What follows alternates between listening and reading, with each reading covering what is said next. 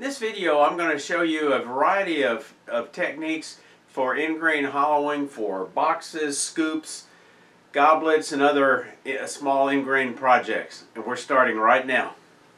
Rarely is drilling into in-grain with a big Forstner bit such as this 2.5 inch going to be faster than a conventional method of hollowing. It would take a lot more than this standard set of 1/4 inch to 1 inch drill bits to cover all the different sizes you would need, and drilling into in-grain is just hard. Cleaning up that divot at the bottom of the hole is going to take some effort, and if you don't remove it, it's going to make you look like some kind of amateur. Drilling a starter hole or a depth hole sometimes is a great idea when you're hollowing. I tend to use a hand drill bit mounted 1/4 inch. Anything bigger than 1/4 inch is going to be too aggressive. Just plunge it in. If it's green wood, retract it periodically. Adding a little paraffin on the thing when it gets warm certainly doesn't hurt. I usually use a 1/4 inch when I'm drilling a starter hole or a depth hole. I've got a 5/16 for special purposes, but it is a little more aggressive and it is a little more difficult to hold on to. I definitely would not use a 3/8 inch mounted in a handle like this. Drilling a hole in the center also helps with, you know, the movement of the wood. The very center is slow, so it makes it a little harder to hollow. So that helps. It also makes it easier to engage the tool when you've got something for it to start biting into.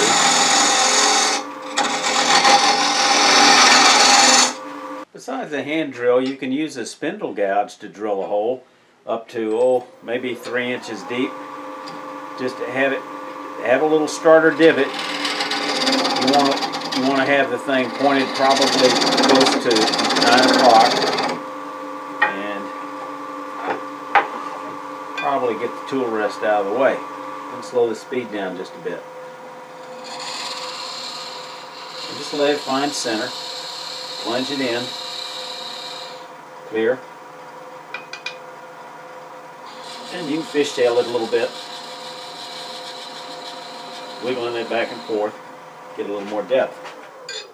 The beading and parting tool can do some hollowing, but you can see the challenges on a smaller frame. It's going to touch here. It's going to touch here on the walls, and it's going to have a tendency to push it out.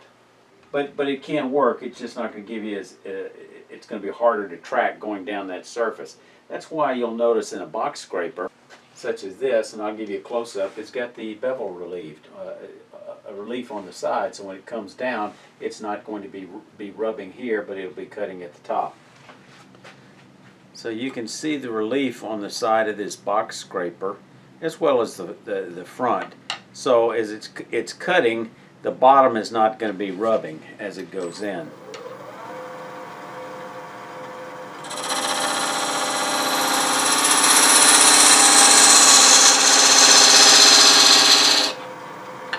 Cindy Droza's got a great idea with his negative rake box scraper that's relieved on the top, on both sides, the front and the side, as well as the bottom, in order to do fine tuning, not for hollowing, but for cleaning up that parallel tenon, because this can be used to take very remote, very minor cuts to fine tune that recess that would be much more harder to control with this larger one. If I was doing something not large enough to need hollowing tools with a hollowing rig, say a pencil pot or a small hollow form that's going to be open, let's say a pencil pot, maybe 3 inches deep, I'd go ahead and do it this way. I would use my 1 inch drill bit. Slow the speed down a little bit.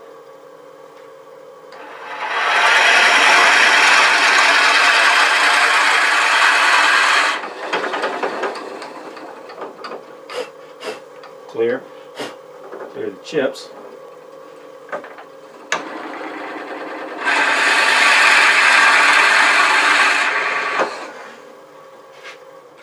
And then I would use a square edge scraper, such as the one I'm about to show you, because a scraper can do a good job of hollowing. Once you've got something to work from, you've got a bit of a hole where you're not starting straight on. And we want to cut that just above center so it doesn't rub. And again, I rest my hand.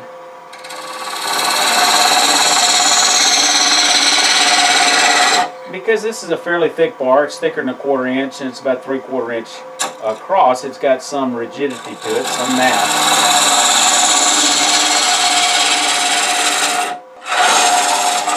And they can do that rough hollowing pretty quick.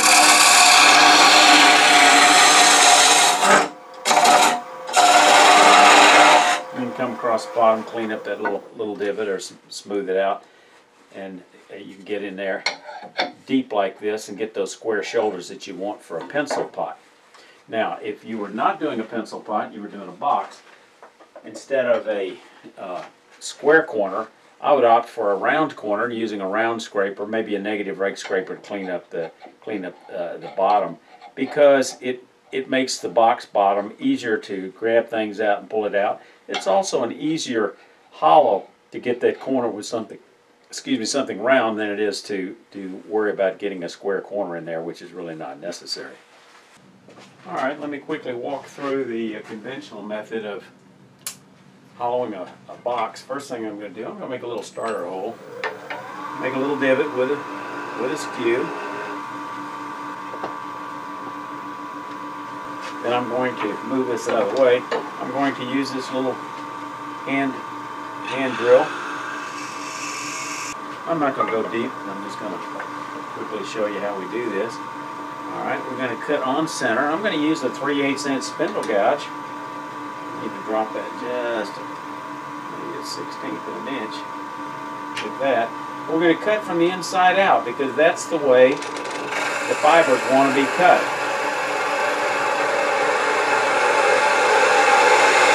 Then you sort of sweep it along. It's kind of a scraping cut.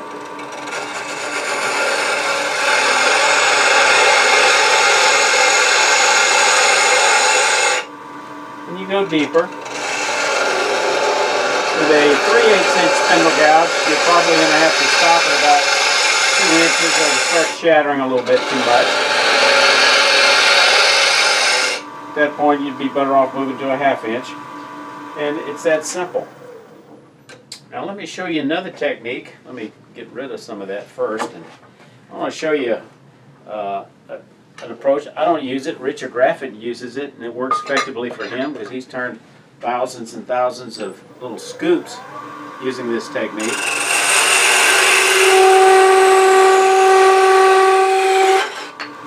Okay, we still got that little bit of a center hole there. Get the tool rest back in place. Now, what we're going to do, we're going to wind it right in the bevel, up. Post out of the way, up and around, riding that bevel the whole time. Let's drop this just a tiny little bit. And then once we get to going, to maintain that bevel support, instead of using the tool rest, we'll actually be using maybe the inside of that wood.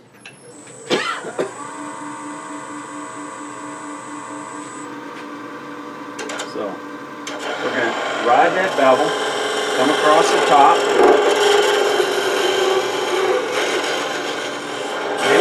Back and forth.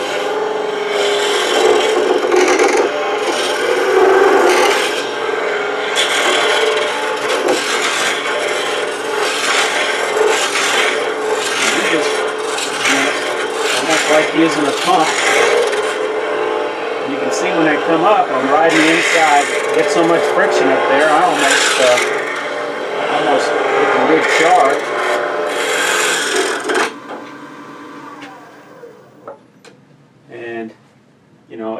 It's a very aggressive technique. It's not one that I care to use because I think you got to practice it more than I do. The other technique is certainly a little simpler. It doesn't require much skill to do that. And like I said, we can always switch to a 1/2 inch if we're having to go a little bit deeper.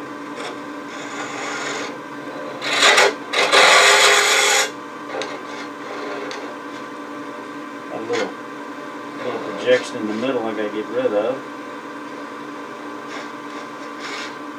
And that bi-column technique.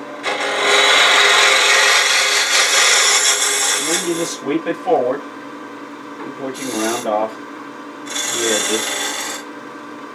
But that's it. You can see it doesn't take long to hollow out a box or coffee scoop or what have you. So if I was using a flat carbide scraper, you know, I would start, you know, with that center hole and then work my way down the walls.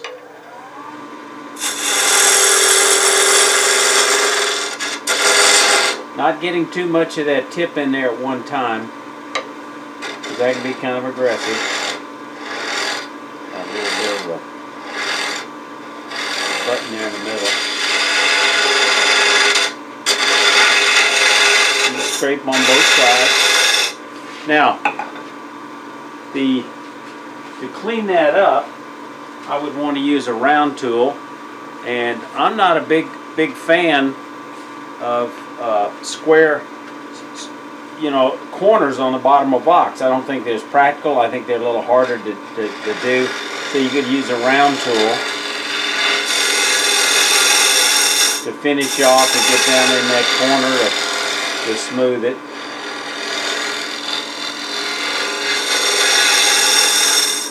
And certainly you could get the job done that way.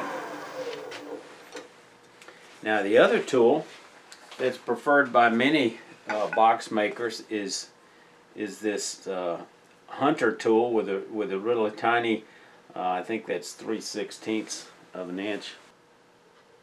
But it is at a drop front, and it's tilted just slightly. But it's a cupped cutter. It's completely different from this tool. It's a lot smaller, so you wouldn't think it would cut as fast, but it's very aggressive because you're cutting like you would with a conventional tool. So let me show you.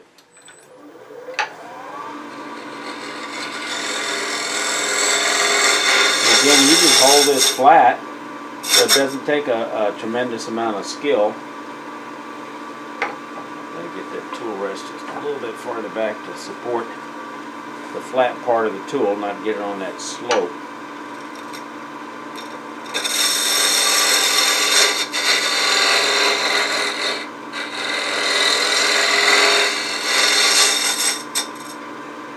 There's the outside cutting.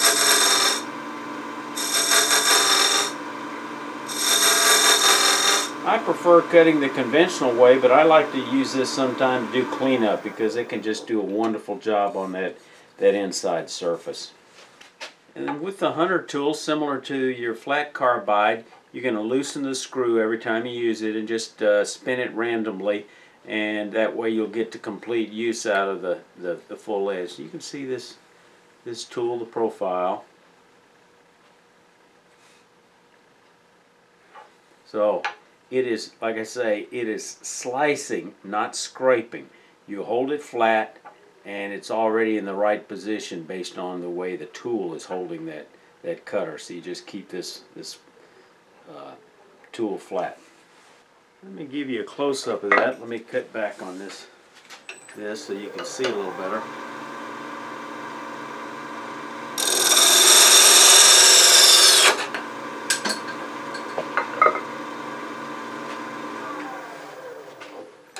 Here's the tool rest.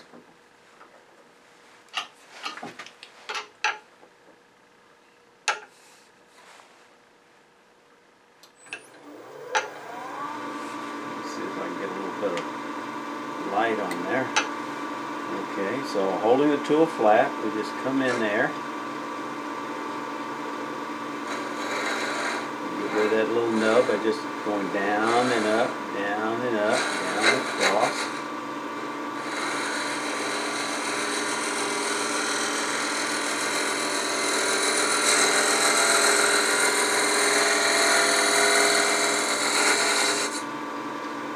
Show you cutting along the edge here, just round that over.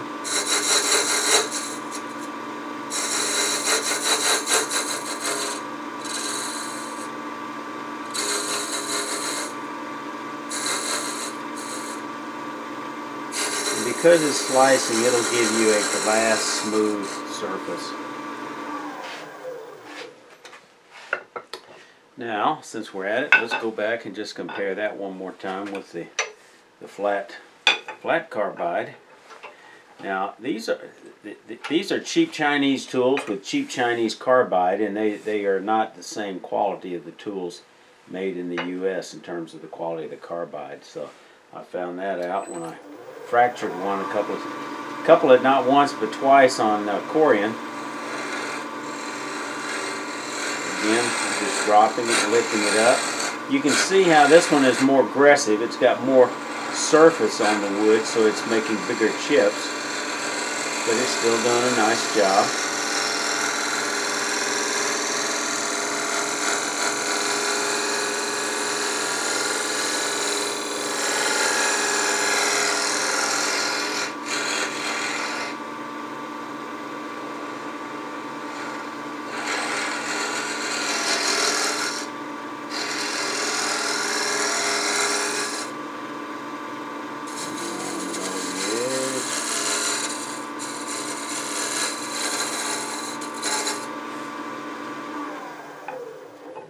And that won't give you quite as good a surface because it's scraping. It'll take a little bit more sanding, but it can get the job done. More often than not, the tool that I'm going to use for smoothing the inside of a box is going to be a conventional negative rake scraper with a burr on it. You've got to go back and refreshen that burr periodically.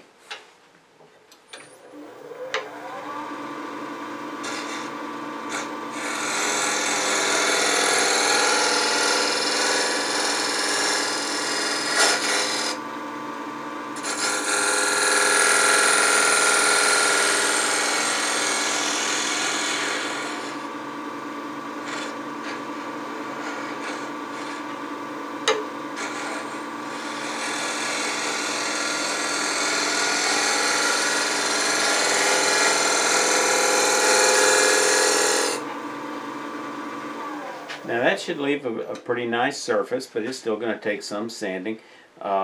Is this going to leave a better surface than the round carbide? I doubt it. And it'll take a little more maintenance. It'll take a little more sharpening or a little more honing. But on the other hand, it's a lot cheaper. It's very easy to sharpen. So, you know, that's just my preferred approach. For more details on end grain hollowing, you might want to check out this video I have on roughing out a box blank from green wood. And I want to thank all you supporters who checked out my link for Buy Me a Cup of Coffee, and those of y'all actually bought me a virtual cup of coffee. Y'all stay safe. Come on back here.